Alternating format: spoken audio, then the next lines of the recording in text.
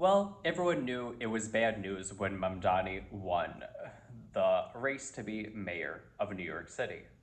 But the problem is, in case you haven't heard the news, is that Mamdani is now going to seize apartments from landlords if he feels they are not fixed up enough. But what he refuses to acknowledge is that these problems exist thanks to the New York City government, which now he's the leader of it. And what this problem is the reality that 50% of New York City apartments are rent stabilized, meaning that while they are not strictly in the sense with the rent control of having to be a specific amount for years to come, with rent stabilized, this means that they could only be raised a very small percentage each year, below market rate.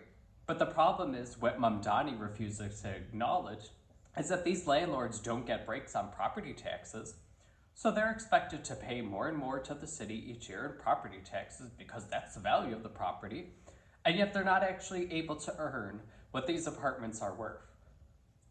Which makes it worse for those who have to pay market rate for New York City property because you're subsidizing those with rent stabilized apartments. And while he talked about the state that New York City apartments are crumbling, what he doesn't discuss is that what are landlords supposed to do? They have bills to pay on these properties, including property taxes, and yet they're not allowed to increase how much they charge for these apartments within market rate increases. They're only allowed a small percentage each year. You're not able to afford to fix these apartments properly then. And instead of reducing rent stabilized apartments in New York City, instead of incentivizing construction of economical apartments, Mamdani is just going to seize apartments. And the problem, which a small landlord already talked about in New York City, is that NYCHA, New York City Housing Authority, on average spends $400,000 renovating apartments to put them on the market, yet this small landlord is able to do it within $30,000. So this really does seem to be yet another case of fraud within New York City, and Mamdani's not truly going to solve this problem.